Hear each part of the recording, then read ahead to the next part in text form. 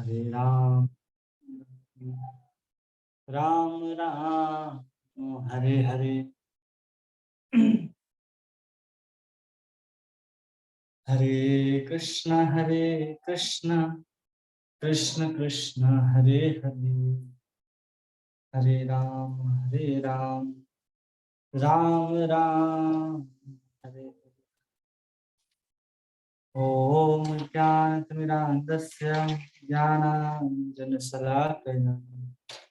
चक्षुर्मिलितं येन तस्मै श्री गुरुवे नमः। श्री चैतन्य मनोभीष्टं स्थापितं येन भूतले स्वयं रूप कदा मह्यं ददाति स्वपदान्तिकं वन्देऽहं श्रीगुरुं श्रीयुतापदकमलं श्रीगुरुं वैष्णवांश श्रीरूपं साग्रजातं सहगना रघुनाथान्वितं तं सजीवं साद्वैतं सावधूतं परिजना सहितं कृष्ण चैतन्य देवं श्री राधा कृष्ण पादान सहगना ललिता श्री विशाखान्वितांश हे कृष्ण करुणा सिंधु दीनबंधु जगतपते गोपेश गोपिका कांत राधा कांत नमोस्तुते तप्त कांचन गौरांगी राधे वृंदावनेश्वरी वृषभानुसुते देवी प्रणमामि हरिप्रिये वाञ्छाकल्पतरुभ्यश्च कृपा सिन्धुभ्येव च पतितानां पावनेभ्यो वैष्णवेभ्यो नमो नमः। अनंत कोटि वैष्णववृंद की जय। जय श्री कृष्ण चैतन्य प्रभु नित्यानंद श्री अद्वैत गदाधर श्रीवासादि गौर भक्तवृंद। हरे कृष्ण कृष्ण कृष्ण हरे हरे हरे राम राम राम हरे हरे। गुरुवे गौरचंद्राय राधिकाय तदालय कृष्णाय कृष्ण भक्ताय तद्भक्ताय नमो नमः। हरे कृष्णा। आप सभी वैष्णवों का भागवतों का इस माधुरी कादम्बनी के पाठ्यक्रम में बहुत बहुत स्वागत है और अभिनंदन है। हम लोग माधुरी कादम्बनी की बहुत अद्भुत ग्रंथ है जिसके ज्ञान के आधार पर, आचार्य की कृपा के आधार पर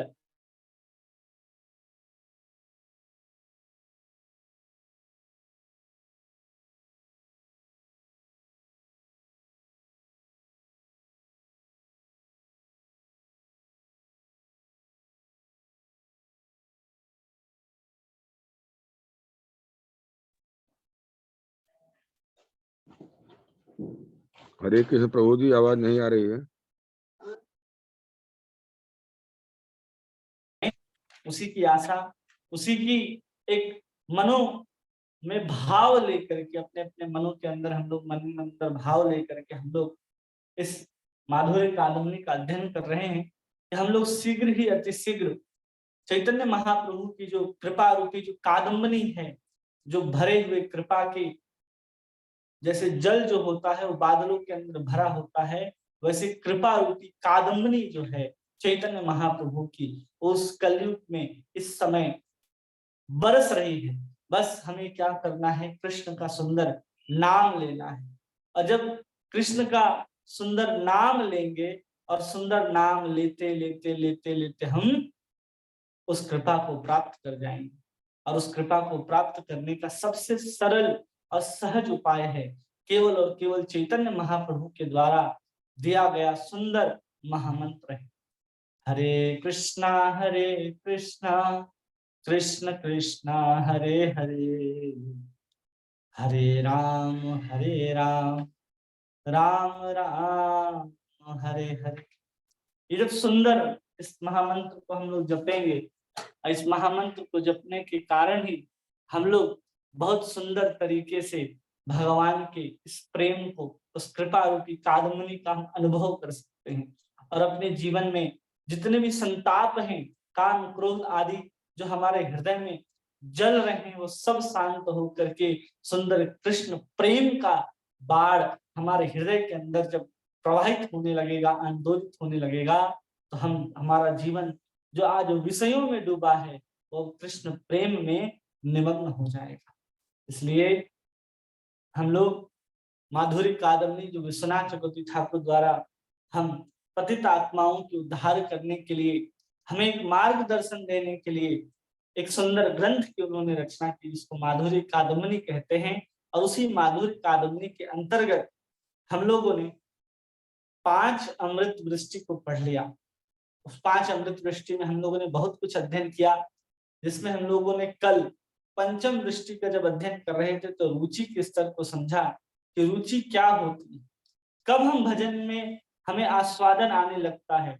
जब किसी को भजन में आस्वादन आने लगता है तो क्या कहता है, उसके क्या लक्षण दिखाई देते हैं, उसकी क्या भाव दशा होती है।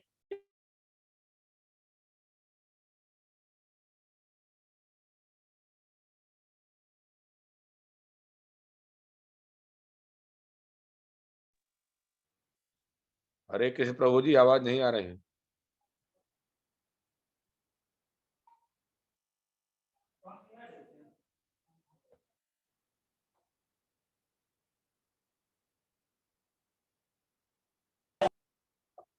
हरे कृष्णा, आवाज नहीं आ रही प्रभु जी।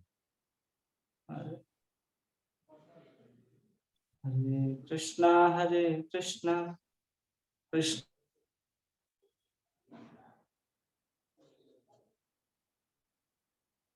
राम हरे हरे।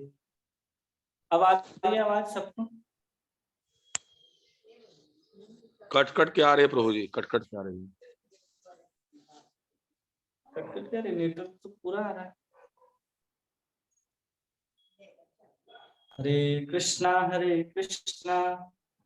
कृष्ण कृष्ण हरे हरे, हरे राम राम राम हरे हरे। कृष्ण कृष्ण कृष्ण हरे हरे, हरे राम राम राम हरे हरे। अब आ रही है आवाज सब? हाँ प्रभु जी, आवाज आ रही है, ठीक आ रही है बिल्कुल। जी आ रही है प्रभु जी, आवाज अब आ रही है। तो हम बता रहे थे कि हम लोग अब षष्टम अमृत वृष्टि का अध्ययन करेंगे, जिसमें हम लोग आसक्ति को समझेंगे। भजन की एक सीढ़ी होती है, उस सीढ़ी को हम लोग पार करते हुए श्रद्धा से हम लोगों ने शुरू किया। श्रद्धा, साधु संग, भजन क्रिया के बाद अनर्थों को नाश किया। अनर्थों को नाश करते ही हम लोग रुचि में प्रवेश कर गए, और रुचि पूर्वक जब हम भजन करने लगते हैं, आनंद आने लगता है भजन में, किसी प्रकार की कोई बाधा उत्पन्न नहीं होती हमारे भजन में, तो वही जो रुचि है वो आसक्ति के रूप में परिवर्तित हो जाती है, जिसमें अनर्थ निवृत्ति के बाद निष्ठा, निष्ठा के बाद रुचि, और रुचि के बाद आसक्ति। तो हम लोग अभी आसक्ति को अध्ययन करने चाहते हैं। और आसक्ति को जब अध्ययन करना चाह रहे हैं तो हमारे अंदर वो रुचि भी होनी चाहिए जो हम लोगों ने कल पढ़ा है। क्योंकि हम जिस स्तर को पढ़ रहे हैं, हम उसको प्राप्त करने की हमारे दिल में जब तृष्णा जाग जाए, आकांक्षा जग जाए कि हाँ, हम जिस भजन के स्तर का अध्ययन कर रहे हैं वो हमें भी प्राप्त हो। और ये जो आसक्ति का स्तर है ना, हर एक वैष्णव प्राप्त करना चाहता है। ये इतना सुंदर स्तर है कि जहां पर व्यक्ति का जो निष्ठा है, निष्ठा को पार करके रुचि, और रुचि के बाद ये अवस्था प्राप्त हो जाती है जो हर भक्त इस अवस्था को प्राप्त करना चाहता है। और ये इतना सुंदर अवस्था है कि जिसका यहाँ पर वर्णन करते हैं कि जो रुचि होता है और आसक्ति होता है, पहले उसमें अंतर क्या है इसको समझ जाएंगे। कि जब भजन विषयनी जो रुचि होती है, मतलब कि भजन की जो क्रियाएं होती हैं, जैसे श्रवण हो गया, कीर्तन हो गया, स्मरण हो गया, नौधा भक्ति जो है वो भक्ति की अंग है। और जब हम भक्ति के अंग को हम लोग विषय कर परिवर्तन करते हैं, मतलब कि हम भगवान के लिए भजन करते हैं, जब तक हमारी अवस्था रुचि के अंतर्गत रहती है, हम भगवान के भक्ति के अंगों के द्वारा हम आकर्षित रहते हैं, उसके प्रति हम आस्वादन लेते हैं, वहां हमारी रुचि अधिक होती है। कृष्ण के कीर्तन में, कृष्ण के नाम में, कृष्ण के स्मरण में हमारी रुचि होती है। लेकिन वही परिवर्तित होकर के किसमें आ जाती है? अब भगवान के ऊपर अवस्थित हो जाती है। क्या? रुचि। वो इतना परिवर्तित होती है और प्रगाढ़ अवस्था को धारण करके वही रुचि अब भजन के अंगों में नहीं, बल्कि भजन के अंगों में रहते हुए भी वो जो रुचि है वो आसक्ति भगवान के प्रति परिवर्तित हो जाती है, जिसको हम लोग आसक्ति कहते हैं। अगर साधारण सा अंतर अगर हम लोग को समझना है कि रुचि और आसक्ति में क्या अंतर है, तो रुचि और आसक्ति में मुख्य रूप से अंतर यही है कि रुचि है वो भगवान के भजन के अंगों के प्रति होती है। जैसे श्रवण कीर्तन आदि हो गया, वो भगवान के भजन का अंग है, भक्ति के अंग हैं, उसके प्रति हमारी रुचि होती है। लेकिन जैसे ही रुचि आसक्ति के रूप में परिवर्तित हो जाती है, वो भक्ति के अंगों के प्रति न होकर के सीधा कहाँ पहुंच जाती है? भगवान के प्रति परिवर्तित हो जाती है, वो भगवान के प्रति आसक्त हो जाता है। यही रुचि और आसक्ति में अंतर है, और रुचि ही आसक्ति के रूप में परिवर्तित होती है। इसलिए कोई ना सोचे कि आसक्ति में जो पहुंच गया है उसको भजन करने की आवश्यकता नहीं है, अब भजन करने का जरूरत नहीं है, ऐसा नहीं है। जब तक वो आसक्ति भगवान के प्रति लगा दी, उसके बाद भी उसका भजन जो है उसी रुचि की अवस्था में वैसा ही चलता रहेगा। लेकिन आसक्ति जो है अब भगवान के भजन के अंगों में ना होकर के अब सीधे भगवान के प्रति परिवर्तित हो जाती है। इसी को हम लोग आसक्ति कहते हैं। इसको एक पारिभाषिक भाषा में, एक साहित्यिक शैली में वर्णन करते हैं और कहते हैं कि जब भजन विषयनी रुचि अर्थात श्रवण कीर्तन स्मरण आदि भजन अंग जो हैं विषयकर परिवर्तित होने वाली रुचि जब और प्रगाढ़ हो जाती है, तो भगवान को विषय बना करके परिवर्तित होती है, तब उसको आसक्ति कहते हैं। मतलब जो भजन हम लोग रुचि की अवस्था में जिस श्रवण कीर्तन को पूरे रसास्वादन के साथ हम लोग कर रहे हैं, वही धीरे धीरे और प्रगाढ़ होकर के भक्ति जो है अब भगवान के प्रति समर्पित हो जाती है, तो उसको आसक्ति कहते हैं। रुचि जब जिस भक्त के अंदर जो रुचि जागृत हो जाती है, जिसको हम लोगों ने कल अध्ययन किया, रुचिमान भक्तों को भजनांग में रुचि होती है। जैसे उसको श्रवण कीर्तन स्मरण आदि में बहुत आनंद आएगा, उसकी रुचि उसी में है कि अभी हम थोड़ा कीर्तन करते हैं, थोड़ा भजन करते हैं, उसमें आनंद आएगा। लेकिन जो जैसे ही व्यक्ति का आसक्ति के स्तर पर पहुंच जाता है, आसक्ति उसके हृदय के अंदर आ जाती है, तब भगवान के प्रति आसक्ति हो जाती है।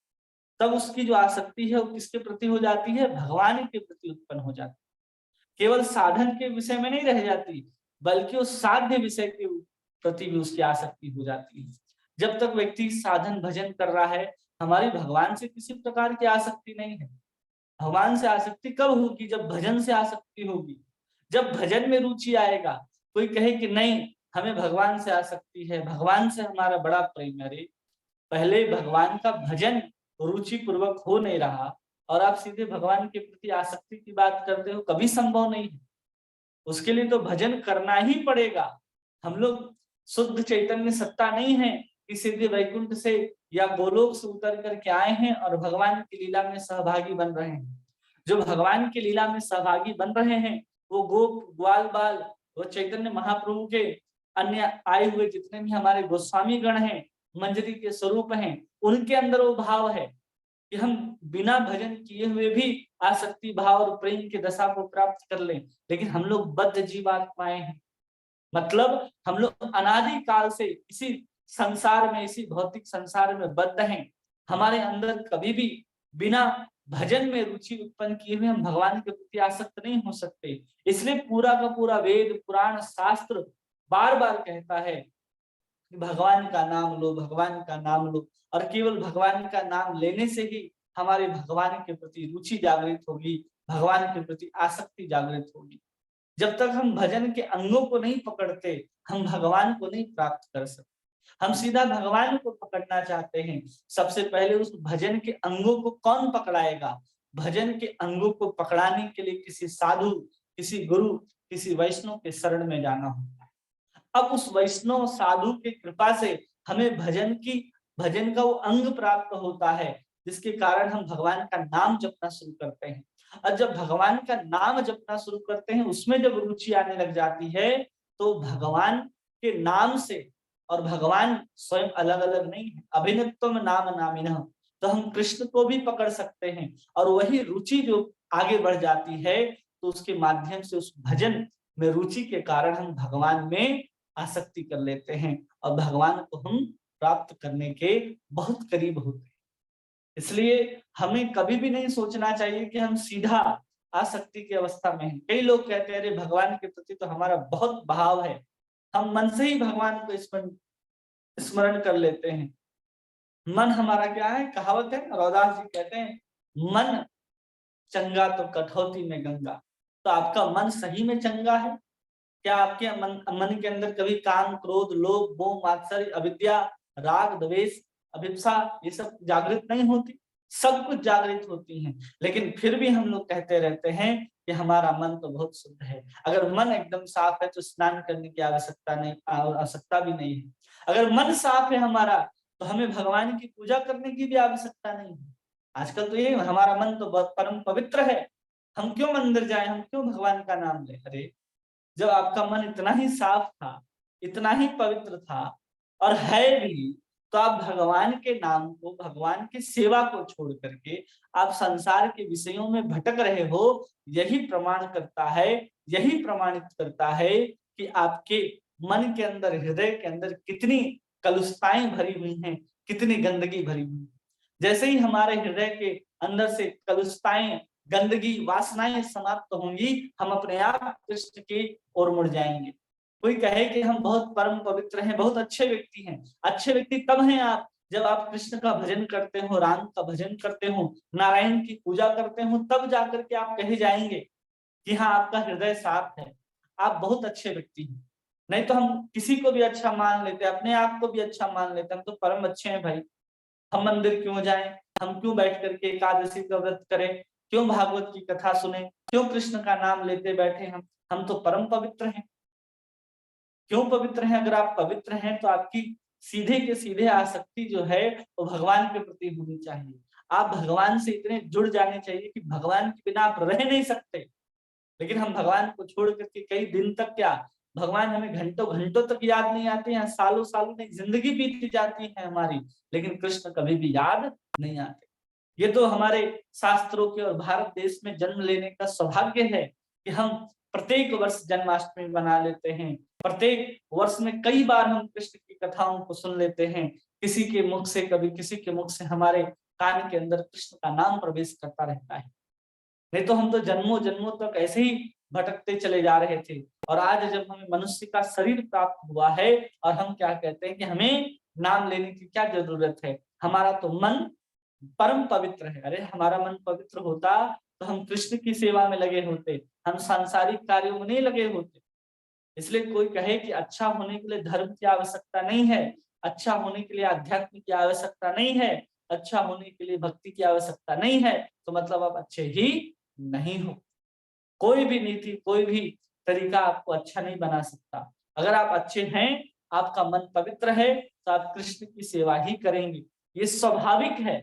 अगर आप कृष्ण की सेवा नहीं कर रहे हैं तो आप अभी भी, आपके अंदर वासनाएं, स्वार्थ, तृष्णा, सब विषय भोगों के प्रति जो कुछ भी होनी चाहिए, सारी की सारी गंदगी आपके हृदय के अंदर भरी है।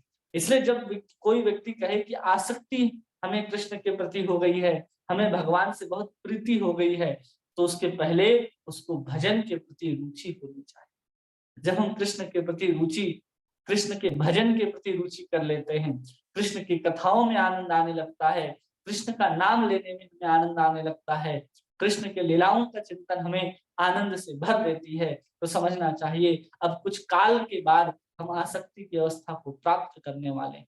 बहुत ज्यादा समय नहीं लगता कि हम एक स्तर से दूसरे स्तर तक जाएंगे। हम किसी साधु के पास जाते हैं, कितने दिन का समय लगता है कि वो हमें भजन करने के लिए कहता है। किसी हरे कृष्णा डिवोटी के पास जाइए, आप किसी भी कृष्ण महानामृत संघ से जुड़े हुए वैष्णव के पास जाइए, आप 10 मिनट नहीं होगा उससे बात करते हुए बोलेगा आप भगवान का नाम जपते हैं, आपके पास झोली माला है, आप हरे कृष्ण महामंत्र आपने सुना है, आपको पूरा मंत्र जपने की प्रक्रिया बता देगा कि पहले जय श्री कृष्ण चैतन्य पंच तत्व मंत्र जपना है और फिर हरे कृष्ण महामंत्र जपना, 10 मिनट के अंदर। तो एक साधु के संग में आते हैं तो भजन क्रिया कितनी जल्दी प्राप्त हो जाती है। मुश्किल से मुश्किल अगर बहुत आप समझने का बहुत तर्क वितर्क कर रहे हैं किसी व्यक्ति से, तो हो सकता है 1 या 2 दिन में आपको मिले, और कम से कम 5 या 10 मिनट के वार्तालाप, 10 मिनट के संग में भी आपको महामंत्र प्राप्त हो जाए, भजन का साधन प्राप्त हो जाए। और जब आप उसको भजन की क्रिया में उतारने लगते हैं, तब फिर सालों का समय लगता है। हमारे अनर्थों को भजन क्रिया करते करते अनर्थ की जो निवृत्ति होती है, वो जैसे ही भजन करने लगते हैं, अनर्थों की निवृत्ति आरंभ हो जाती है। और वो आरंभ हो जाती है, वो चलते रहती है, और वो कुछ काल तक चलती है। किसी के 5 साल, 10 साल, 12 साल, किसी के 20 साल, किसी के 30 साल, किसी के 40 साल भी लगते हैं। जिसका जितना खजाना पापों का, अनर्थों का भरा है, उतना ज्यादा समय उसको उन अनर्थों को नाश करने के लिए लगता है।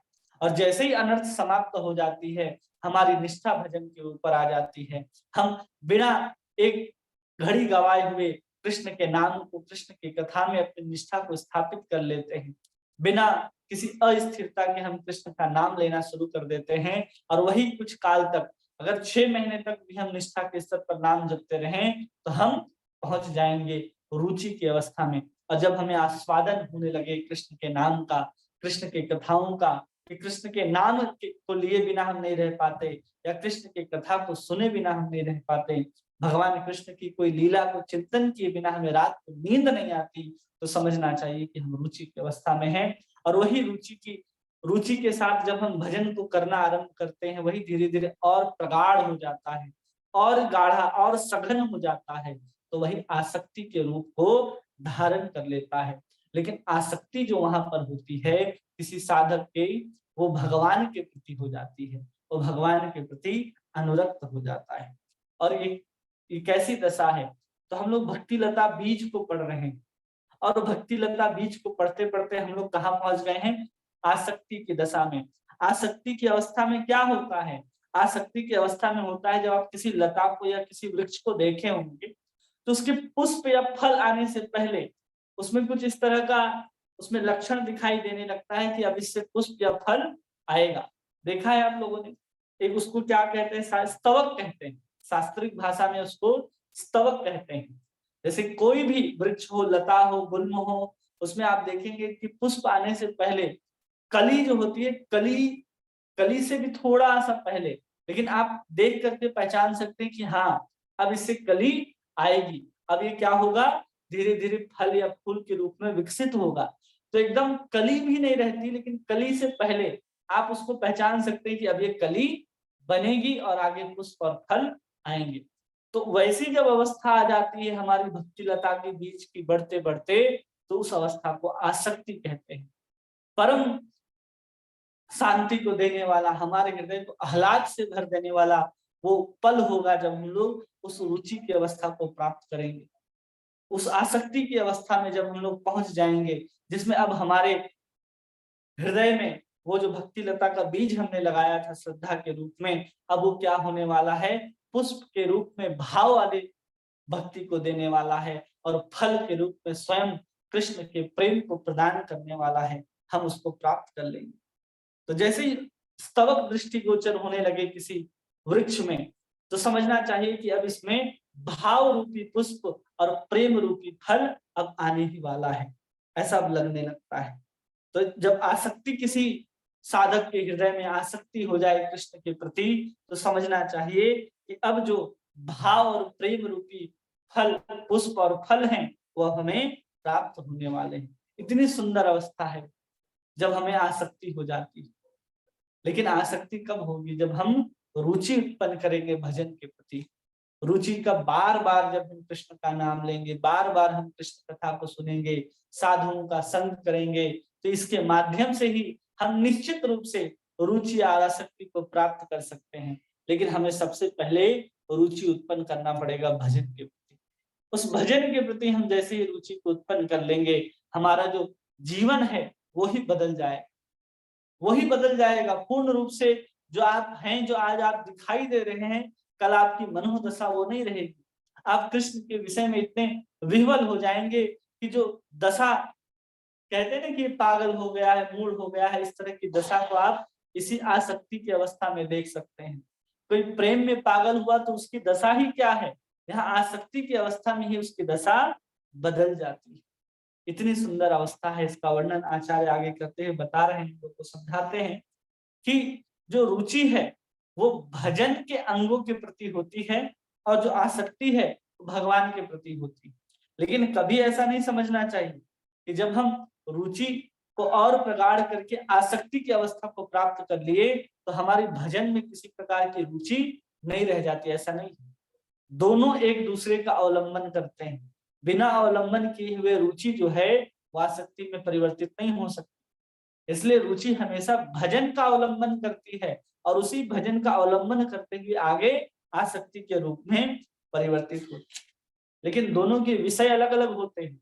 रुचि में भजन के अंगों का वहां पर महत्व हो जाता है और आसक्ति की अवस्था में जिसके प्रति भजन कर रहे हैं, जिसे प्राप्त करने के लिए उन भगवान के प्रति हम आसक्त हो जाते हैं। बस इतना ही अंतर है इसमें। और यहाँ कह रहे कि भजन जो रुचि को छोड़ करके भगवत आसक्ति नहीं हो सकती। कोई कहे कि हमारा भजन में रुचि नहीं है लेकिन हम भगवान पे आसक्त हैं, तो संभव नहीं है। और कोई कहे कि भगवत आसक्ति से रहित होकर कोई भजन में रुचि नहीं हो सकती। दोनों एक दूसरे का अवलंबन करता है, क्योंकि परिवर्तन क्या हो रहा है, वही श्रद्धा जो है वो साधु का संग का रूप ले रहा है और वही साधु संग क्या हो रहा है, भजन क्रिया का रूप ले रहा है। और भजन क्रिया करते हुए भी हम साधु का संग कर रहे हैं कि नहीं। हम भजन की किसी अवस्था में चले जाएं, हम अपने पिछले अंग को कभी नहीं त्यागते।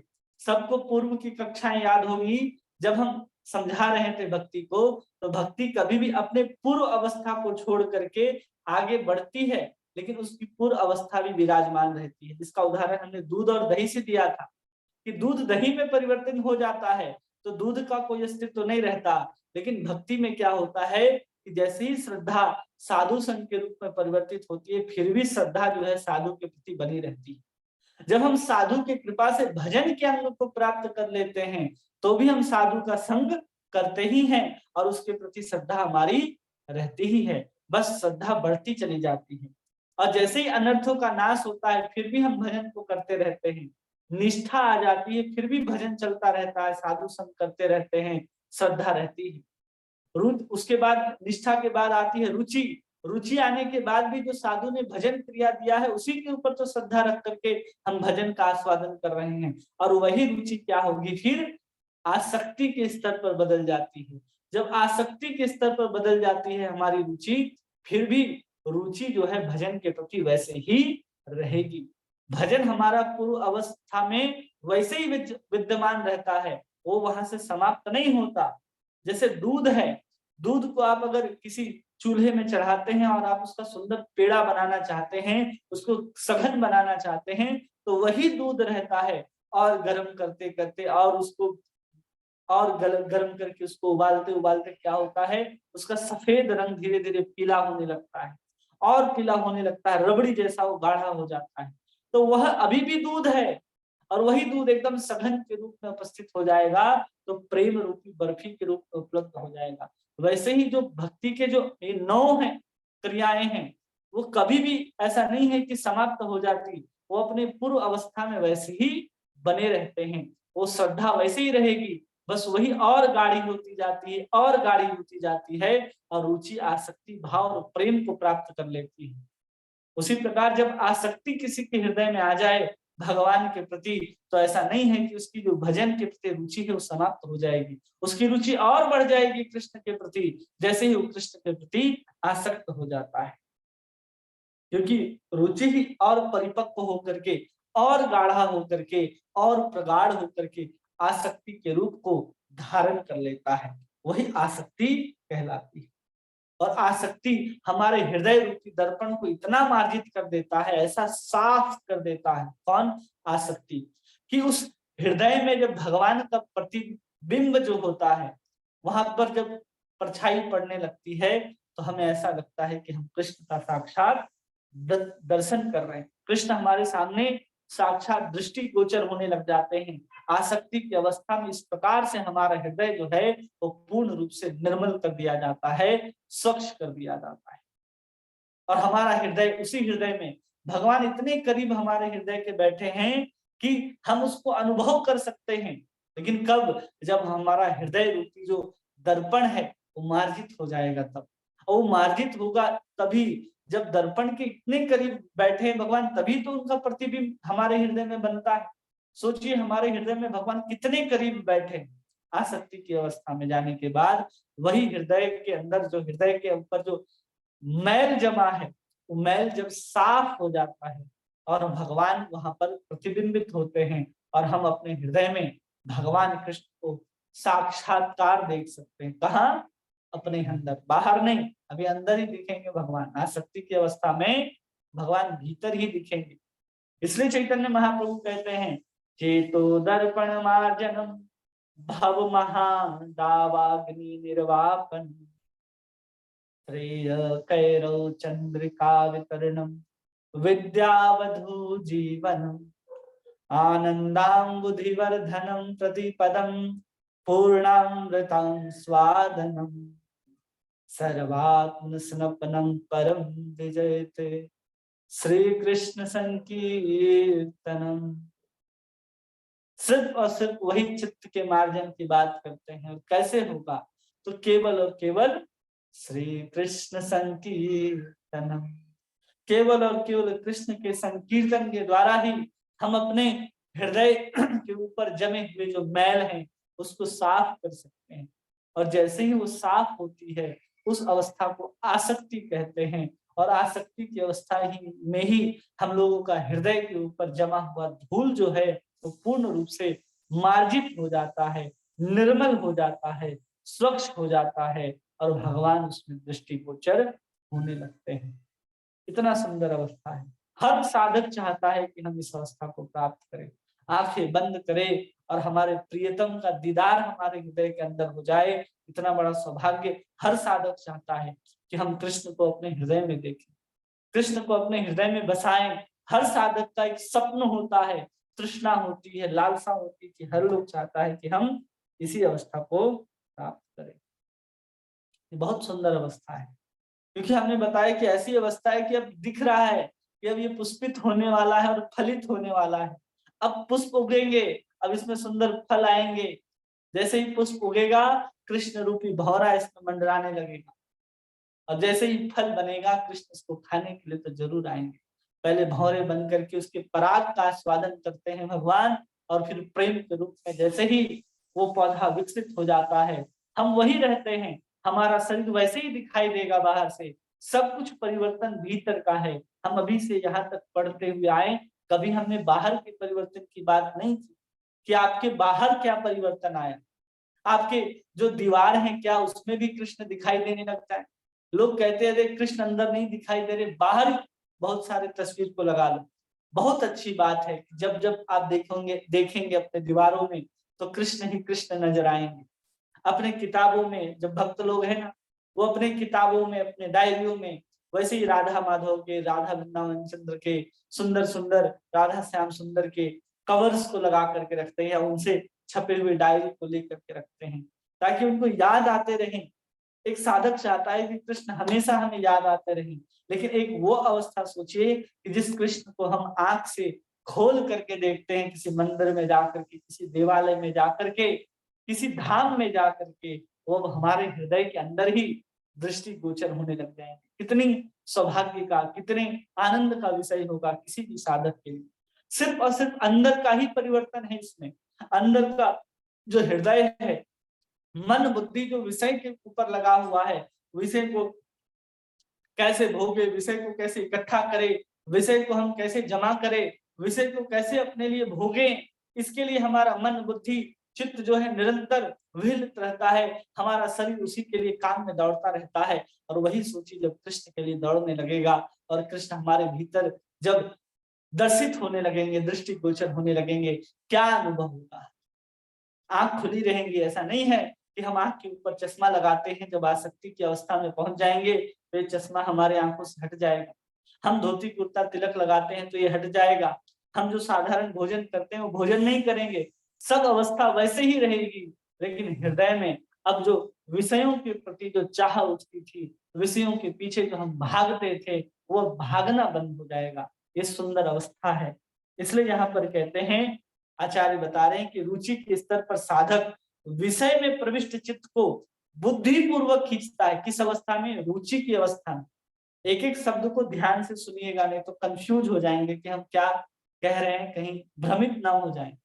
तो यहाँ कह रहे हैं आचार्य कि रुचि की अवस्था में बार बार विषयों की तरफ मन जाता है और हम उसे खींच करके बुद्धि पूर्वक कहाँ लगाते हैं? भगवान के भजन में लगाते हैं। बार बार विषय बार बार जाता है विषयों के पास, हम बार बार उसको बुद्धि के बल से खींच करके लाते हैं और भगवान के भजन में लगाते हैं। लेकिन आसक्ति के स्तर में क्या होता है कि हमारा चित्त बिना चेष्टा किए हुए ही अनायास ही भगवान में निविष्ट हो जाता है, भगवान के चरणों में लग जाता है। भगवान की लीला कथा, भगवान के सुंदर स्वरूप को देखने के लिए अनायास ही चित्त एकांत हो जाता है, एक ही जगह आकर के सिमट जाता है। समेटना नहीं पड़ता कि मन तू किधर दौड़ रहा है, किधर विषयों के गंदे गंदे मलों के पीछे भाग रहा है, मक्खी बन करके, तो भौरा बन करके केवल और केवल कृष्ण के सुंदर चरणों के मकरंदों का आस्वादन करो। तो वैसे ही रुचि की अवस्था में हमारा चित्त जो है कभी कभी मक्खी बन करके विषयों की तरफ चला जाता है। हम उसको बार बार खींच करके लाने का प्रयास करते हैं, कृष्ण नाम, कृष्ण कथा रूपी मधु में उसको डुबाने का प्रयास करते हैं। लेकिन जैसे ही हम रुचि को प्रगाढ़ करके आसक्ति की अवस्था में प्राप्त कर लेते हैं, हम वो मक्खी अब मधुमक्खी बन जाता है और मधुमक्खी केवल और केवल कृष्ण के चरणारविंदों का ही आस्वादन करता है, फूलों के रसों का ही आस्वादन करता है। ऐसी अवस्था अपने आप प्राप्त हो सकती है। केवल और केवल हमें निरंतर कृष्ण का नाम ग्रहण करते चलना है। निरपराध होकर के नाम जपेंगे, हम अवश्य रूप से कृष्ण प्रेम को प्राप्त करेंगे।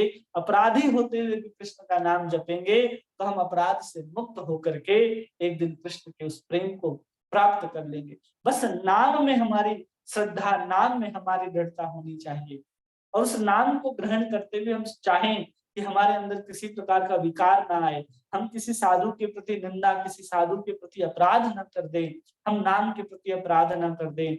जो हमें दायित्व दिया गया है कृष्ण नाम लेने के बाद जो हमें प्राप्त करना है, हम उसके पीछे भागते रहें। हम उस दायित्व को छोड़ करके अपने शरीर को ही बेकार के पालन पोषण सजाने और उसको रखने में ही अपने ज्यादा से ज्यादा समय को न बिताते हुए ज्यादा से ज्यादा समय हम कृष्ण के भजन में दें। ऐसी प्रवृत्ति हो जाएगी। जब कृष्ण का नाम लेते रहेंगे तो वही फिर रुचि और फिर आसक्ति के रूप में परिवर्तित होकर के हमें इस दशा में ले आएगी कि अब हम कृष्ण को देखे बिना, कृष्ण को का नाम लिए बिना, दर्शन किए बिना नहीं रह सकते, क्योंकि अब मन कृष्ण को छोड़ के अन्यत्र जाएगा ही नहीं।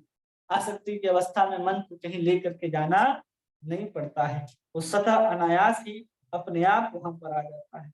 और ये साधक जो है, हर साधक की यही आकांक्षा होती है कि हमारा हृदय का, हमारा मन के, हमारा चित्त की वही दशा हो जाए कि हमारा मन जो है वो कृष्ण के चरणों में लग जाए। वृंदावन के एक बहुत बड़े संत हैं, वो कहते हैं कि हमारा मन बार बार विषयों के ऊपर क्यों जाता है।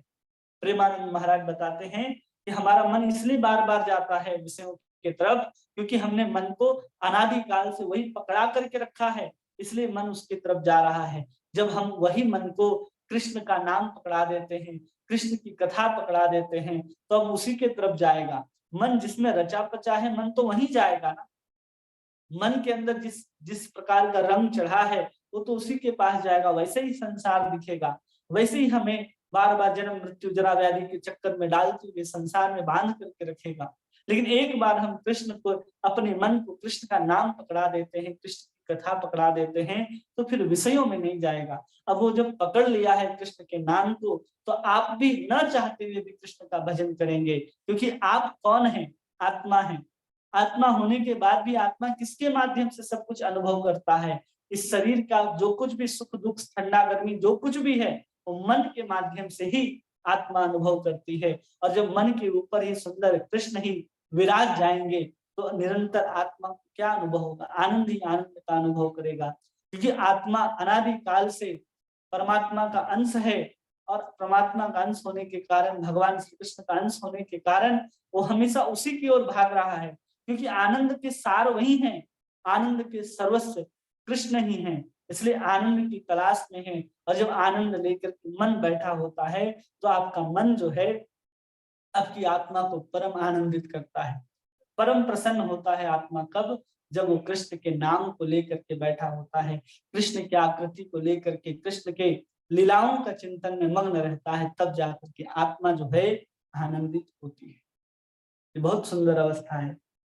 जैसे कि कोई अगर निष्ठा संपन्न व्यक्ति हो, बहुत ज्यादा भजन ना किया हो, कई बार हम लोग जब भजन करते रहते हैं तो हमारा भजन करते करते कब मन जो है वो विषय में चला जाता है हमको पता नहीं चलता, कभी नहीं पता चलता। अरे अभी तो हम कृष्ण कृष्ण कर रहे थे, अभी रुपया, कपड़ा, मकान, स्त्री, पुरुष, पोता पोती, ये सब कुछ दिखाई देने लग गया अपने आप। हम तो कृष्ण का नाम ले रहे थे, हम तो सुंदर भागवत भगवान के सुंदर कृष्ण के कथाओं को, लीलाओं को सुनने के लिए बैठे थे, लेकिन तुरंत हमारा मन कहाँ चला गया? इन कथाओं से हट करके, इन लीलाओं से हट करके तुरंत विषयों के ऊपर चला गया और हमें पता भी नहीं चलता है। लेकिन उसी प्रकार आसक्ति की अवस्था में कब विषय से हट करके हमारा मन कृष्ण में लग गया वो भी पता नहीं चलेगा। एकदम ऐसे ही लग जाएगा कि पता ही नहीं चलेगा कि कब हमने कृष्ण को पकड़ लिया और कब हमने विषय को छोड़ दिया है। केवल लक्ष्य हमारे कृष्ण होंगे ऐसा हमें प्रतीत होगा। भक्ति रसामृत सिंधु में श्री रूप गोस्वामी कहते हैं कि रुचिर अभिलाष किंतु बुद्धि पूर्वकम आसक्ति स्वरस की स्वाभाविक यथ यथः, कि हम विषयों से खींच करके अपने मन को रुचि की अवस्था में बुद्धि पूर्वक लगाते हैं, लेकिन स्वाभाविक रूप से अब हमारा मन जो है कृष्ण के भजन में, कृष्ण के प्रति लगने लग जाएगा। तो समझना चाहिए कि हम आसक्ति की अवस्था को प्राप्त कर ली है। ये सुंदर आसक्ति का लक्षण है जिसको हम लोगों ने समझा। लेकिन अब किसी व्यक्ति के अंदर जब आसक्ति दिखाई देगी तो क्या हो?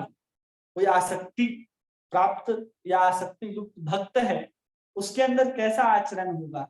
और उसको देख करके जो संसार के अलग अलग लोग हैं, विभिन्न प्रकार के लोग, वो क्या कहेंगे?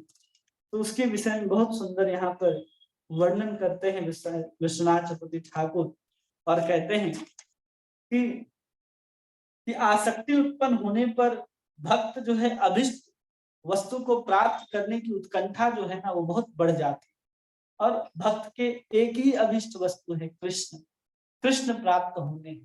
आसक्ति की अवस्था में व्यक्ति कृष्ण को पाना चाहता है, कृष्ण के सुंदर प्रेम को प्राप्त करना चाहता है, तो उसके प्रति अत्यंत व्यग्र हो जाता है। तो कृष्ण को देखे बिना, कृष्ण को प्राप्त किए बिना उसका हालत जो है बिल्कुल खराब हो जाती है, क्योंकि उसने कृष्ण को भी हृदय में ही दर्शन होते हैं उसके, और भी आंख बंद करो तो हुए, कभी नहीं भी हुए। जरूरी नहीं है कि आसक्ति की अवस्था में हम निरंतर ही कृष्ण का दर्शन कर सकें। चित्त तो शुद्ध है, लेकिन दर्शन पूर्ण रूप से कब होते हैं? आगे होते हैं, जब हमें प्रेम के बाद भगवत प्राप्ति हो जाएगी तो हम कृष्ण से साक्षात वार्तालाप भी कर सकते हैं। अभी कृष्ण का दर्शन होता है लेकिन प्रयास करने पर होता है।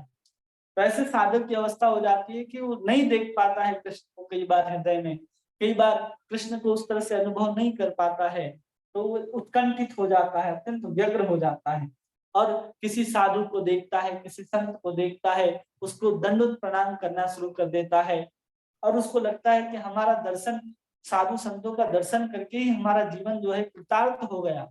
उनसे भजन के विषय में तरह तरह के प्रश्न पूछने लगता है कि हम और कैसे भक्ति करें और क्या करें, इस तरह की अवस्था को प्राप्त कर लेता है। लेकिन जो भी वो प्रश्न पूछता है वो कृष्ण के भजन के विषयक ही होते हैं, अन्य किसी को नहीं देखता।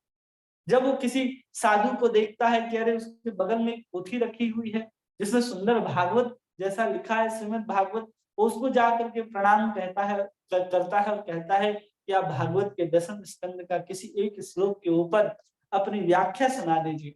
और व्याख्या को सुन करके वो परम आनंद में निमग्न हो जाता है, उसके सारे अंग में रोमांच जागृत हो जाता है, हो उठता है। रुचि ही प्रगाढ़ होकर के आसक्ति बनी है। तो आसक्ति युक्त अवस्था में जब कृष्ण लीला कथा में एकदम प्रगाढ़ रुचि उत्पन्न हुआ करती है, आसक्ति की अवस्था में और सुनना चाहता है।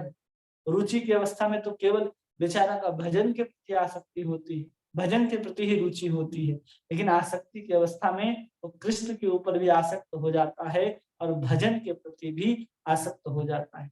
लेकिन आसक्ति की अवस्था विशेष रूप से भगवान के प्रति ही देखी जाती है। तो इस तरह से वो कभी साधु समाज को देखता है तो उनका दर्शन करके अपने आप को जीवन का परम सौभाग्य मानने लगता है कि अरे वाह, आज मुझे किसी साधु का दर्शन हो गया जो निश्चित रूप से मेरे ही ओर चले आ रहे हैं, मेरे ही ऊपर कृपा करने के लिए चले आ रहे हैं। संसार के जितने भी वैद्य हैं उन वैद्यों में सब शिरोमणि, सबसे महान डॉक्टर कोई है तो कोई वैष्णव ही है। इसलिए उसको यहाँ पर कहा गया है वैद्य शिरोमणि के रूप में देखता है कि उनके जो भव रोग की औषधि उनके पास है, उनके पास उनका उपाय है, वो कृष्ण की कथा सुना देंगे, कृष्ण का नाम सुना देंगे तो हमारे जीवन का जो भव रोग है वो समाप्त हो जाएगा और शीघ्र ही अपने अभीष्ट को प्राप्त कर लेगा। ऐसे बहुत सारे प्रश्नों को, इस बहुत सारे जिज्ञासाओं को वो करता रहता है। उसके लक्षण से प्रकट होता है कि अब किस अवस्था को प्राप्त कर चुका है। उस हमेशा उसके हृदय जो है एक जगह स्थिर नहीं रह पाता, उसकी आसक्ति जो है उसके हृदय को स्थिर नहीं रहने देती। उसको लगता है कहाँ जाऊं, क्या करूं, कैसे कृष्ण को प्राप्त करूंगा, उसकी ऐसी अवस्था आ जाती है। बेचारे भक्त जो है इधर उधर घूमता रहता है। जब कभी जंगल में जाता है, जंगल में जाकर के किसी काले हिरण को देखता है तो क्या कहता है कि अगर कृष्ण कृष्ण की अगर मुझ पर कृपा है, अगर कृष्ण ने मेरे ऊपर कृपा की है तो वो जो काला हिरण है ना, वो उस पेड़ से उस पेड़ की ओर तरफ जा रहा है, वो 3-4 कदम मेरी ओर चल करके आ जाए, वैसा चाहता है। अगर मेरी ओर नहीं जा रहा तो कहता है कि मेरे से दूर ही हो जाए, लेकिन वो 3-4 कदम चले। अगर ऐसा होता है तो भगवान का अनुग्रह समझता है, और नहीं होता है तो वो नहीं समझता है कि मेरे ऊपर भगवान की कृपा नहीं। ऐसी कोई भी वस्तु को जो स्वाभाविक है, जो पशु पक्षी की जो स्वाभाविक चेष्टा है, उसको भी भगवान का अनुग्रह और निग्रह समझने लगता है। ऐसे पेड़ के नीचे खड़ा है और सोचे कि हमारा भगवान की अगर मेरे ऊपर भगवान की कृपा है तो पेड़ के ऊपर बैठा हुआ जो पक्षी है वो उड़ जाए। अगर मेरे ऊपर भगवान की कृपा है तो जो तोते उस पेड़ उस डाली में बैठे हैं वो इस डाली में आकर के बैठ जाए। वो पक्षी की जो स्वाभाविक चेष्टा है ना, उसको भी भगवान का अनुग्रह निग्रह समझने लगता है। वो सोचने लगता है कि सुंदर बारिश हो जाए, अगर भगवान की कृपा है। ये तो प्रकृति के जो स्वाभाविक क्रिया, उसको भी अनुग्रह निग्रह समझने लगता है। ऐसी दशा को समझ पहुंच जाता है। अर्थात वह हर बात में वो कृष्ण की कृपा ही, भगवत कृपा ही ढूंढने का प्रयास करता है। कुछ भी हुआ उसमें कृष्ण की कृपा, अच्छा हुआ तो भी, बुरा हुआ तो भी वो कृष्ण की कृपा को ही देखने का प्रयास करता है। कभी कभी किसी गांव से होकर के गुजरता है तो छोटे छोटे जो बालक खेलते रहते हैं उनको सनत कुमार समझ लेता है, ये सनक सनंदन सनातन और सनत कुमार हैं, और उनसे प्रश्न पूछने लगता है क्या मुझे कृष्ण की प्राप्ति होगी। अब वहां पर छोटे से बालक हैं, वो क्या बोलेंगे, कभी हाँ बोल देते हैं तो बहुत प्रसन्न हो जाते हैं, और कभी वो छोटे से बालक नहीं बोलते हैं तो उनका हृदय जो है वो बहुत दुखी हो जाता है और हाय हाय करता हुआ रोदन करना आरंभ कर देता है कि हम कृष्ण को कब पाएंगे, कब आनंद से हम नृत्य करेंगे। ऐसी अवस्था को प्राप्त करने के लिए उसके हृदय की जो विकलता है, विफलता है, उत्कंठा जो है, व्यग्रता जो है वो और बढ़ जाती है और प्रगाढ़ हो जाती है। ऐसी अवस्था में वो पूरे के पूरे गांव में घूमता रहता है और कभी उदासीन होकर के चुपचाप बैठ जाता है और सोचता रहता है कि हमें भगवान की प्राप्ति कब होगी, कहाँ जाऊं, क्या करने से मुझे अभिष्ट वस्तु जो कृष्ण है वो कब प्राप्त होंगे। स्नान, भोजन, दैहिक क्रियाओं को भी भूल जाता है आसक्ति की अवस्था में कि कब भोजन करना है, कब स्नान करना है। अब कृष्ण कृष्ण ही उसके जीवन हो जाते हैं, कृष्ण में उसके प्राण हो जाते हैं। उस अवस्था में वो पहुंच जाता है। कभी सोता है तो कभी अचानक जाग करके खड़ा हो जाता है। घर के परिजन के द्वारा पूछने पर भी कुछ नहीं कहता और अपने भावों को गुप्त रखने की चेष्टा करता है कि हम किस अवस्था को प्राप्त कर गए। तब जाकर के जो बाहर के जो लोग हैं वो उसके विषय में क्या सोचना आरंभ करते हैं, तो उसके लिए यहाँ पर आचार्य वर्णन करते हैं कि जो घर के सदस्य हैं, जो बंधु बांधव हैं, वो सोचने लगते हैं कि इसकी बुद्धि बिगड़ गई। बंधु बांधव क्या सोचते हैं, इसकी बुद्धि अब बिगड़ गई है। जो आसपास के जो पड़ोसी गण होते हैं वो सोचते हैं कि ये ज्ञान और बुद्धिहीन हो गया है, आलसी हो गया है, जड़ हो गया है, ऐसे पड़ोसी सोचने लग जाते हैं। कोई तो उसको मस्तिष्क का रोगी बता देता है कि मनोरोगी है। जो तर्कशील मीमांसक होते हैं वो कहते हैं ये मूर्ख है, और जो अद्वैतवादी होते हैं या मायावादी वेदांत होते हैं वो कहते हैं ये भ्रांत है, केवल भ्रम है ये। और जो कर्मनिष्ठ होते हैं, जिसके कर्म में ही जिसकी निष्ठा होती है, वो लोग समझते हैं कि बिल्कुल और बिल्कुल ही भ्रष्ट हो गया है। और जो भक्तों के प्रति अपराध करने वाले हैं, जो भक्तों के निंदक हैं, वो कहते हैं ये तो दंभ कर रहा है, ये तो कपटी है, इस तरह से कहने लगते हैं। तो अलग अलग प्रकार के जो बहिर्मुख व्यक्ति होते हैं वो अलग अलग प्रकार की बातों से उस आसक्ति को, आसक्ति युक्त हृदय जिसका है, अब भगवान के प्रति आसक्त हो गया है, उसको इस तरह के बातों से, इस तरह से संबोधन करने लग जाता है। क्योंकि लोग भगवान के भक्त की महिमा नहीं जानते, भगवान की भक्ति की महिमा नहीं जानते, न वो भक्ति के लक्षण को जानते हैं कि अगर भगवत भक्ति किसी की अवस्था को प्राप्त होता है तो उसके शारीरिक क्या परिवर्तन आते हैं, उनके मनोदशा में क्या परिवर्तन आता है, उसकी चेतना, उसका हृदय किस रूप से भगवान के प्रति धावित रहता है, भगवान की ओर भागता रहता है, नहीं समझ पाते। क्यों नहीं समझ पाते? क्योंकि सांसारिक व्यवहार में बहुत कुशल होते हैं, तो अपने मन बुद्धि तन बुद्धि से जो कुछ भी समझ में आता है तो उसी को माप तोल करके वो सब कुछ बताते रहते हैं कि ये या तो पागल हो गया है, या बुद्धिहीन हो गया है, या भ्रमित हो गया है, इस तरह की बातों को करते रहते हैं। ये सब भ्रांत फैलाते रहते हैं कि भक्त को ऐसा हो गया, ऐसा हो गया है। इसलिए जो असली व्यक्ति है, जो भक्त है, वही जान सकता है कि अवस्था क्या है। जैसे किसी हीरे की पहचान कोई जौहरी ही कर सकता है, कोई साधारण कुम्हार को दिखाया जाए हीरा तो साधारण कांच समझेगा, वो हीरा नहीं समझ पाएगा कि हीरा है या कांच है। उसी प्रकार जो भगवत तत्वविद होते हैं वही भगवत भक्त को, उस आसक्तिवान भक्त को पहचान पाते हैं और समझ पाते हैं इस महाभाग्यवान को कौन सी वस्तु हाथ लगी है, इसको कैसे भगवान की भक्ति प्राप्त कर गया है। और इसको प्राप्त करने के लिए बहुत बड़े बड़े संत जन होते हैं, उस दुर्लक्ष्य को प्राप्त करने के लिए दिन रात भगवान की भक्ति करते रहते, नाम लेते रहते हैं। लेकिन जो अब आसक्त को प्राप्त कर गया है, अब क्या कर रहा है, वो आसक्ति रूपी मंदाकिनी के प्रवाह में पतित होकर के विविध प्रकार के चेष्टाओं को करते हुए प्रेम सिंधु की ओर अग्रसर हो रहा है। वो सुंदर आसक्ति के मंदाकिनी में गोता लगा रहा है, और उस मंदाकिनी, उस गंगा में प्रवाहित होते होते अब वो प्रेम की ओर आगे बढ़ रहा है, प्रेम सिंधु, प्रेम सागर की ओर आगे बढ़ रहा है।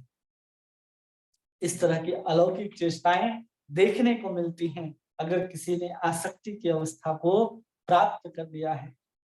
लेकिन ये बात याद रखना चाहिए कि जब तक आप भाव और प्रेम की अवस्था तक नहीं पहुंच जाते, तब तक हमें किसी के प्रति अपराध, किसी के प्रति निंदा, किसी की ये नहीं करना। ऐसा नहीं है कि हम प्रेम की अवस्था में जाकर के कर सकते हैं, वहां तो आप ये बात करने का भी नहीं सोच सकते, आपके मन के अंदर ये बात ही नहीं आएगा कि हम किसी भक्त की निंदा करें या किसी भक्त के प्रति अपराध करें। ये भाव ही यहाँ वहां पर नहीं उठता है, उतना श्रेष्ठ अवस्था है। लेकिन आसक्ति और भाव की अवस्था में अगर आप अपराध कर देते हैं तो अपराध के कारण आप एक स्तर नीचे आ जाएंगे। अगर आप आसक्ति की अवस्था में अपराध करेंगे तो आप रुचि की अवस्था में आ जाएंगे। अगर आप निष्ठा की अवस्था में अपराध करेंगे तो भजन क्रिया के जितने अनर्थ हैं वो अनर्थ पुनः जागृत हो जाएंगे। और आप भजन क्रिया करते हुए जब अपराध करेंगे तो आप वापस से किसी साधु के संग से, उनकी कृपा, उनके आशीर्वाद से फिर से भजन करना पड़ेगा। तो ऐसे ही आपको जिस स्तर में होंगे उस स्तर से नीचे उतारने का काम करता है अपराध। इसलिए आप जितने ऊपर होंगे अपराध उतना बड़ा घातक होगा। और जब प्रेम की अवस्था में पहुंचेंगे तो आपके अंदर अपराध करने की कोई प्रवृत्ति ही नहीं बचेगी। इसलिए प्रेम की अवस्था तक अपराध से उत्पन्न हुए अनर्थों की निवृत्ति चलती रहती है, चलती रहती है। एक बार जब हम कृष्ण को प्राप्त कर लेते हैं तो ही अपराधों की निवृत्ति जो है वो आत्यांतिक रूप से होती है, कि कभी उत्पन्न नहीं होती है। इस बात को ध्यान रखना है। और इस सुंदर आसक्ति की अवस्था को प्राप्त करने के लिए चैतन्य महाप्रभु से हमें प्रार्थना करना है, विश्वनाथ चक्रवर्ती ठाकुर से प्रार्थना करना है कि हमें भी वो सुंदर आसक्ति जो है वो आसक्ति की अवस्था हमें भी प्राप्त हो, और वो आसक्ति की अवस्था को प्राप्त करके जो हमारा मन बार बार विषयों में दौड़ता रहता है, हम उसे बार बार कृष्ण के नाम में, कथा में लगाने का प्रयास करते हैं और नहीं लगा पाते हैं। भगवान हे चैतन्य महाप्रभु, हे नित्यानंद प्रभु, हे गुरु परंपरा, हे सद्गोस्वामी वैष्णव वृंद, आप सबकी कृपा अगर हो हम सबके ऊपर, तो ही हम उस अवस्था को प्राप्त कर सकते हैं। हमारी आपकी ही कृपा से भजन में इतनी निष्ठा, रुचि, आसक्ति जागृत हो सकती है, अन्यथा हम अपने प्रयास से क्षुद्र जीव हैं, कहाँ तक प्रयास करें, हम सिर्फ प्रयास ही कर सकते हैं, वो प्रयास भी बहुत क्षुद्र होगा। लेकिन आपकी कृपा रूपी सुंदर जो मंदाकिनी है, जो बरसात के रूप में बरस रही है, जो बड़े बड़े गंदे गंदे नालों को भी भर करके परम पवित्र कर दिया करती है, वैसे ही आपकी कृपा रूपी मंदाकिनी जो कादम्बनी है, वो हमारे जो इतने जो 5 प्रकार के जो हमारे जो ज्ञान इंद्रियां हैं, उन नालों के माध्यम से जो हम संसार के गंदे गंदे चीजों को अपने हृदय के अंदर भर रहे हैं, उन्हीं नालों के माध्यम से जब आपकी कृपा रूपी बरसात की पानी जब हमारे उसी 5 कर्म इंद्रियों और ज्ञान इंद्रियों के माध्यम से जब हमारे हृदय के अंदर पहुंचेगी, तो उस कृपा रूपी मंदाकिनी से भी हमारा जो हृदय है परम पवित्र हो जाएगा, और हम उस मंदाकिनी में, आसक्ति रूपी मंदाकिनी में प्रवाहित होते होते प्रेम सिंधु की तरफ अग्रसर होने लगेंगे, और प्रेम सागर में निमग्न होकर के हम परम पूर्ण अखिल रसामृत सिंधु सर्वेश्वर भगवान श्री कृष्ण को प्राप्त कर लेंगे। ऐसा हमें प्रार्थना करते रहना चाहिए, क्योंकि इस मार्ग में हम अपना प्रयास तो बहुत आवश्यक है, लेकिन प्रयास से भी ज्यादा हमें क्या करना है, कृपा के ऊपर आश्रित रहना है, और कृपा के ऊपर आश्रित रह करके भजन नहीं छोड़ देना। कृपा को बचाने के लिए, कृपा को अपनी ओर खींचने के लिए ये नाम परम आवश्यक है, साधुओं का संग आवश्यक है, कृष्ण की कथा आवश्यक है, ये जितने भी भक्ति के अंग हैं वो परम आवश्यक है। इसका बात हमें ध्यान रखना है, अपने इन बातों को अपने हृदय में गांठ बांध करके रखना है। भजन करते करते हमें कृपा की भी आकांक्षा करनी है कि चैतन्य महाप्रभु आपकी कृपा, हे नित्यानंद प्रभु आपकी कृपा बनी रहे। जब वृंदावन जाएं तो वृंदावन से प्रार्थना करें कि हमारे ऊपर कृपा बनी रहे। जब हम राधा श्याम सुंदर का दर्शन करें तो हम उन्हीं से कृपा मांगे कि एक बार आप कृपा रूपी दृष्टि हमारे जैसे जीव में, हमारे जैसे पतित जीव के ऊपर अगर कर देंगे, तो हम जन्म जन्म के लिए, अनंत काल के लिए आपके चरणारविंदों के आश्रित होकर के आपकी ही सेवा में लग जाएंगे। हम न जाने कितने जन्मों से संसार में भटक रहे हैं, केवल आपकी कृपा की ही एकमात्र अपेक्षा है, जिसके माध्यम से हम संसार से छूट करके आपके पास आ सकते हैं, और आपके प्रेम रूपी रस्सी में बंध करके हम आपकी सेवा कर सकते हैं। ये प्रार्थना हमेशा करनी चाहिए। जब हम कृष्ण के नाम को लेते हैं, तब जाकर के वो कृपा जो है वो जल्दी बरसेगी, और हम नाम लेते लेते जल्दी जल्दी इस अवस्थाओं को प्राप्त करेंगे। इन निष्ठा, रुचि, आसक्ति को हम लोग तुरंत प्राप्त कर सकते हैं। तो इस प्रकार हम लोगों का आज जो छठा अमृत वृष्टि है वो समाप्त होता है। फिर आगे हम लोग 7वां और 8वां, जिसमें भाव और प्रेम की बातें हैं, थोड़ा विस्तार से उसका वर्णन है, तो उसमें हो सकता है और 1 सप्ताह या 1 सप्ताह से अधिक का भी कुछ समय लगे, ज्यादा समय नहीं लगेगा। तो उसके बाद हम लोगों के सुंदर माधुरी कादम्बनी जो है, कृपा रूपी जो बरसात हो रही है, वो बरसात जो है अब बरसते बरसते हमारे हृदय को पूर्ण रूप से भर देगी, और हम प्रेम की अवस्था को प्राप्त करने के लिए पागल तो जरूर हो जाएंगे। भले हम अभी प्रेम की बात करते हैं कि हमें प्रेम चाहिए, प्रेम चाहिए, हम लोग हाथ उठा करके कह देते हैं कि जीवन का जो एकमात्र लक्ष्य क्या है, श्री कृष्ण प्रेम प्राप्त करना, केवल कहेंगे नहीं। अब उस प्रेम को जब समझने लग जाएंगे कि हाँ उस प्रेम में कितना आनंद है, तो हम प्रेम को प्राप्त करने की छटपटाहट हमारे अंदर आ जाएगी। तब समझना चाहिए कि हम लोगों को इस ग्रंथ को पढ़ने का जो भाग्य है, जो फल है, वो कम से कम इस मात्रा में तो प्राप्त हो ही जाएगा कि हमें जो वस्तु प्राप्त नहीं है, चाहे हम भजन क्रिया कर रहे हो या हम निष्ठा के स्तर पर भी नहीं हो, रुचि के स्तर पर भी नहीं हो, लेकिन इसको श्रवण करके हम उसको प्राप्त करने की, उस अवस्था में आने की उत्कंठा तो हमारे अंदर जागृत हो रही है, जिसके कारण हमारी भजन में तीव्रता हो रही है। हम कृष्ण के ऊपर आश्रित हो रहे हैं, कृष्ण से कृपा मांग रहे हैं, यही इस ग्रंथ की सफलता मानी जाएगी। अगर साधकों को इसको श्रवण करके और पढ़ करके उसको पाने की अगर उत्कंठा आपके अंदर आ गई, तो मेरा पढ़ाना, आपका पढ़ना ये सफल माना जाएगा। कम से कम इतना, कम से कम हम कर पाए और आपके अंदर ये जागृति हो पाए। आप सभी का बहुत बहुत धन्यवाद। अगर आप में से किसी भक्त का कोई प्रश्न है जो आप पूछना चाहते हैं तो पूछ सकते हैं।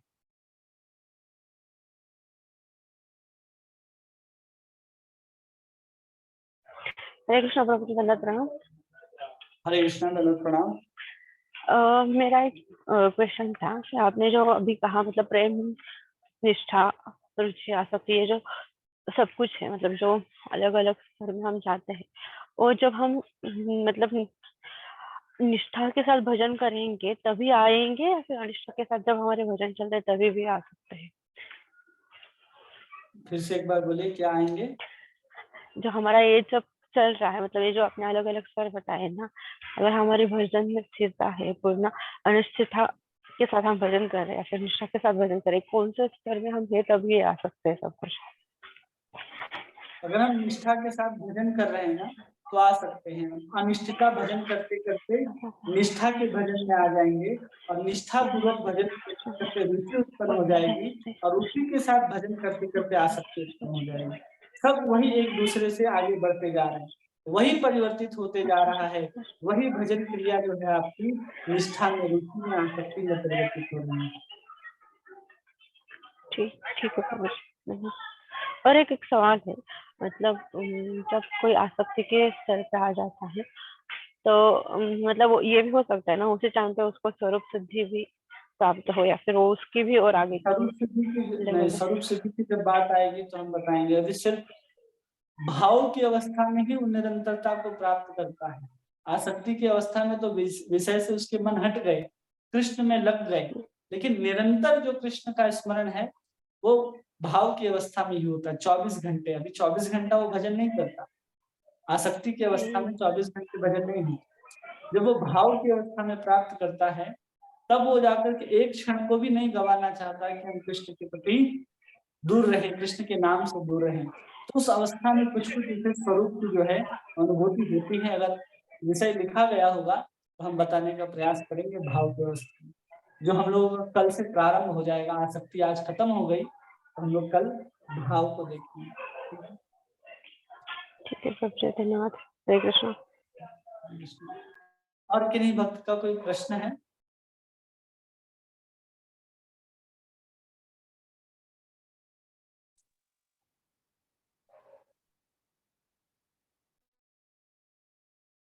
कोई प्रभु जी, माता जी,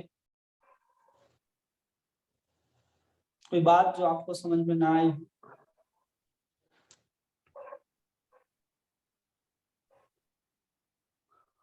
हरे कृष्ण प्रभु जी, प्रणाम। हरे कृष्णा। प्रभु जी बहुत अच्छी तरह समझ में आया और भगवान कृष्ण के आशीर्वाद से, आप आशीर्वाद से प्रभु जी, आप सभी प्रभु और माता जी के आशीर्वाद से मेरे बेटी की शादी बहुत ही अच्छे तरीके से सकुशल संपन्न हो गया। जय हो। हरि बोल। हरि बोल प्रभु जी। हरि बोल। हरि बोल। हरि हरि बोल। हरि बोल। हरि बोल। और किन्हीं का कोई प्रश्न है? तनु माता जी, निशा माता जी, प्रिया माता हरे जी, कृष्ण। प्रभु जी, विक्रांत हरे प्रभु जी। कृष्ण। हरे हरे कृष्ण। कृष्णा। दंडवत प्रणाम प्रभु। हरे आपका जो कथा है प्रभु सक्सेस है प्रभु। हम यदि अधम नहीं बने, लेकिन माता जी लोग तो बरू बराबर है, जो आपका कथा का अच्छा तरह से श्रवण करके और उनका लाभ ले रहे हैं प्रभु। क्योंकि हम सुबह में भी बस में जाता हूँ, शाम को भी बस में आता हूँ, जो आपका कुछ कथा जो हमारे समझ में आता है प्रभु। लेकिन मेरा पूरा विश्वास है कि प्रभु कि आपका कथा जो है वो सक्सेस है प्रभु। हरि बोल। हरे कृष्णा। हरि बोल। हरे कृष्णा। सिर्फ माताओं के लिए नहीं, प्रभु जी लोग का के लिए भी सक्सेस है। आप पूरा क्रेडिट माताओं को दे रहे हैं, लेकिन प्रभु जी लोग भी बहुत सिंसियर है और बहुत अच्छे से सुन के जो भी बोलते हैं बहुत अच्छे। क्योंकि माता जी बिल्कुल। लोग बहुत ध्यान से सुनते हैं माता जी, इसलिए क्योंकि माता जी जब तक आप लोग अच्छा से सुनते नहीं तो क्वेश्चन कैसे आता है। आप लोग अच्छा से सुनते हैं और बाद में उसको मनन करते हैं, इसके लिए आप लोग क्वेश्चन पूछते हैं माता जी। हम लोग इधर से सुनता हूँ, इधर से निकाल देता हूँ, निकल जाता है माता जी। नहीं ऐसा नहीं है, आप लोग भी बहुत ध्यान से सुनते हैं। चलो और माता जी कोई प्रश्न? गीता माता जी कोई प्रश्न है? नहीं प्रभु जी, प्रश्न तो कुछ नहीं है। कुछ नहीं है, ठीक है। तो 2 सीढ़ी और बचा है प्रेम तक पहुंचने में, तो हम लोग उम्मीद करते हैं कि हम लोग समझ पाएंगे। तो जितने तरह के जो प्रेम है, जितने तरह के जो हम लोग अवस्थाओं को देखते हैं, और किसी भी भक्त को, किसी भी दिखावे को हम लोग उसके शुद्ध भक्ति समझने लग जाते हैं, उससे भी हम लोग बचने का प्रयास करेंगे और उस भक्ति की अवस्था को स्वयं प्राप्त करने का प्रयास करेंगे और स्वयं उसको अनुभव करने का भी हम लोग प्रयास करेंगे। इसलिए हम लोग इस शुद्ध हरे कथा को, कृष्णा। हरे कृष्णा। प्रभु आज मेरा बर्थडे है, लेकिन आप लोग से कृपा कर मांगता हूँ कि मेरा बर्थडे के ऊपर मेरा बच्चे लोग और मेरा जो जीवन सांगनी उसका भक्ति प्रदान कर दीजिए प्रभु, बस राधा रानी से मैसेज कृपा लगा करके। है ना ग्रुप में कि आपका जन्मदिन है, ठीक है। तो जितने भी भक्त हैं वो विनोद प्रभु जी का जन्मदिन है, और हमारे इस भारत देश से बहुत दूर रहने के बाद भी वे कृष्ण की कथा को इतने श्रद्धा पूर्वक श्रवण करते हैं, और इतना सुंदर भाव है कि उनके अपने बच्चों को भी, उनके अपनी धर्म पत्नी को भी कृष्ण भक्त बनाने का प्रयास कर रहे हैं और सुंदर भक्ति का भी पालन करते हैं। तो हम लोग 3 बार अपने अपने स्पीकर ऑन कर लीजिए, माइक को जो म्यूट है, और उनके लिए हरि बोल बोल करके उनको आशीर्वाद दीजिए कि उनकी जो भक्ति है, जो चाहते हैं वो उनको प्राप्त हो। निताई गौर प्रेमानंदे हरि हरि हरी बोल। हरी हरि बोल, हरि हरी बोल, हरी हरि बोल, हरी हरी हरि बोल, बोल, हरी हरि बोल। हरि बोल, हरि हरि बोल। विनोद प्रभु जी को उनके जन्मदिन के अवसर पर बहुत बहुत बधाई। भगवान चैतन्य महाप्रभु की कृपा उनके ऊपर बनी रहे, चैतन्य महाप्रभु की कृपा, भगवान गोविंद की कृपा उनके ऊपर रहे, ताकि पूरे परिवार के साथ वो भगवान की भक्ति करके भगवान के धाम पुनः संसार में वापस ना आना पड़े। हरे कृष्णा, दंडवत प्रणाम। ये आप लोग का आशीर्वाद से मैं बहुत कृतार्थ हूँ। माता जी और प्रभु लोग को, दोनों सबको मेरा दंडवत प्रणाम। और मैं एक भक्त को ऐसा देखा है प्रभु, इधर जन्माष्टमी था प्रभु, लेकिन उन्होंने बहुत जंगल में थे तो वो प्रोग्राम में नहीं जा रहे थे, लेकिन रोड पर गाड़ी गाड़ी के लिए बहुत इंतजार कर रहे थे। तो लास्ट में वो रोते रोते क्या बोलते हैं, प्रभु मैं यदि आपके पास मैं नहीं आ सकता हूँ, लेकिन मेरा को कोई एक आपको भक्त मेरे को मिला दीजिए। प्रभु ये 1 घंटा वो रोड पर रो रहे थे, लास्ट में उनका एक भक्त मिल गए और वहीं से फिर उनको दर्शन करके फिर वापस वो कैंप आ गए। और ऐसा है क्योंकि भक्त का बात भगवान सुनते हैं। हमको पूरा विश्वास है कि आप लोग का आशीर्वाद हमारे बच्चे और हमारा जीवन साथी पर मिला है, तो एक दिन भक्त जरूर बनेंगे। Hare Krishna. Happy Krishna conscious birthday प्रभु जी। दंडवत प्रणाम माता जी। दंडवत प्रणाम प्रभु जी। एक दिन आप सपरिवार भक्ति में बहुत आगे बढ़ जाएंगे प्रभु जी। माता जी ये विशेष कार्य कृपा, आप लोग को सबको सौंपा हूँ माता जी। मैं तो हार गया हूँ माता जी, क्योंकि मैं अभी शुद्ध भक्त विशेष नहीं, खुद ही आचरण मैं नहीं कर पा रहा हूँ माता जी। तो भी प्रभु जी आपकी भक्ति और भाव बहुत शुद्ध, भगवान भाव देखते हैं। परिस्थिति सबको मालूम है भगवान को तो, लेकिन भगवान आपका भाव देखते हैं, उसके कारण आपको बहुत जल्दी शुद्ध भक्ति मिलने वाली है। अभी तक पहुंच ही गए हो, लेकिन और जल्दी सपरिवार। और वैसे भी हमारी जो शरणागति है ना, वो बहुत अच्छी जगह पे है, जहाँ हम प्रभु जी का सुन रहे हैं, इतना अच्छा हमें वो ज्ञान दे रहे हैं, वो हमें जरूर पहुंचा देंगे हमारे मुकाम तक, है ना प्रभु जी? हाँ माता जी। हमको भी जाना है, हम पहुंचे हुए नहीं, हमको फेवरेट रात में। प्रभु जी हम सबको लेकर जाना। हम लोग को मत छोड़ना, अपन वहां भी अच्छी क्लास करेंगे। हाँ तो मुझे भी लेके जाइएगा। मैं भी जाऊंगा सर। वहां भी प्रभु जी अपन यही करेंगे ना, आप ऐसे ही हम लोग को बताते रहना और हम सही बात है। वहाँ भी अपना ऐसे साथ-साथ ग्रुप होगा। प्रभु जी पीछे पीछे रहेंगे आपके। हरि बोल। ठीक है, तो सबका एकादशी बहुत अच्छा से आज बीत रहा होगा। कितने लोग आज अधिक माला किए, या फिर कितने लोगों की मनसा है कि आज रात्रि जागरण करेंगे, ऐसा होगा ना? ये सब लोग आराम से सोने वाले हैं 12 बजे तक। 12 बजे तक। चलिए, हाँ जी, 12 बजे तक प्रभु जी। हरे ठीक है। कृष्णा, मेरे तो डेली इंडिया के टाइम 1 बज जाता है डेली माता जी, प्रभु जी मेरे को डेली हो जाता है मत। प्रभु जी आप 12 बजे तक क्लास ले लो, हम जाग जाएंगे। हरि बोल। सब लोग जाग करके माला जप करते हैं, या मोबाइल देखते हैं, या टीवी देखते हैं? मेरा तो रीडिंग रहता है प्रभु जी, रीडिंग है, जब भागवतम का रीडिंग करती हूँ मैं। कोई समस्या नहीं है। अगर आप ऐसा नहीं कर रहे हैं और टीवी देख रहे हैं या फिर विषय वार्ता कर रहे हैं, इससे अच्छा है कि आप तकिया लगाइए, चादर ओढ़िए और आराम से सोइए। ठीक है, ध्यान रखिए कि जागना किस लिए समझना है। जागना नहीं है, भजन हो आप रहा है क्लास इसलिए ले जागना। लेंगे तो कोई टीवी ऑन नहीं करेगा। अच्छा, प्रभु जी कभी ऐसा नहीं हो सकता जैसे एकादशी हो या कोई विशेष दिन हो जैसा, तो आप कभी कीर्तन रखें 1 घंटा, सब अपने अपने इसमें कीर्तन करें, मतलब आप वहां से करें और आपके साथ साथ, ऐसा कभी नहीं हो सकता? कभी कीर्तन वगैरह में ना बहुत अच्छा मतलब हो क्लास सकता भी है, हो। लेकिन मृदंग मृदंग बजाना नहीं आता ना, ये तो कीर्तन करने कोई में बात क्या नहीं, जाता है। सरताल मृदंग यहाँ से यश बजा लेगा, हाँ, तो किसी आवाज तो दिन आएगी ऐसा ना, कीर्तन कर सकते हैं, जैसे तो ऑनलाइन किसी करते हैं दिन ना ऐसा, अपन, हाँ कर सकते हैं ना। है ना, जूम में बैठे हैं अपन और इधर से यश कीर्तन बजाएगा। माता जी सही कह रही है वैसे।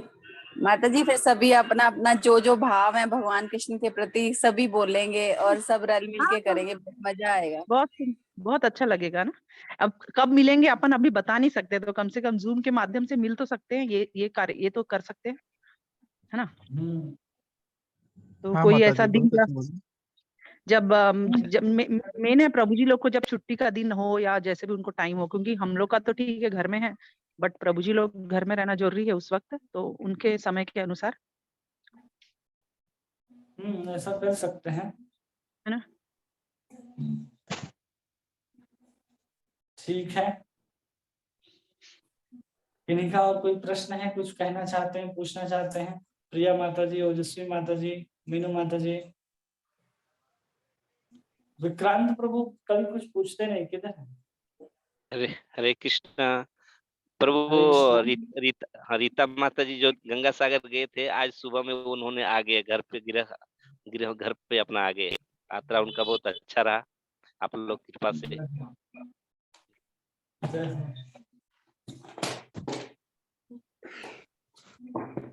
ठीक है, तब आप सभी भक्तों का बहुत बहुत धन्यवाद। हरे कृष्णा कृष्ण कृष्ण हरे हरे, हरे राम राम राम हरे हरे। हरे कृष्णा। आप सभी भक्त का बहुत बहुत धन्यवाद। प्रणाम प्रभु जी। हरे कृष्णा, दंडवत प्रणाम प्रभु जी। दंडवत प्रणाम प्रभु जी, बहुत बहुत धन्यवाद। हरे कृष्णा। हरे कृष्णा प्रभु जी, हरे धन्यवाद। कृष्णा। प्रभु जी वो थोड़ा भेज दीजिए ना जगन्नाथपुरी का। हाँ, हरे कृष्णा दंडवत प्रणाम। हरे कृष्ण प्रभु जी, दंडवत प्रणाम। हरे कृष्णा, दंडवत प्रणाम। हरे कृष्ण प्रभु जी, प्रणाम। हरे कृष्णा, दंडवत प्रणाम प्रभु जी।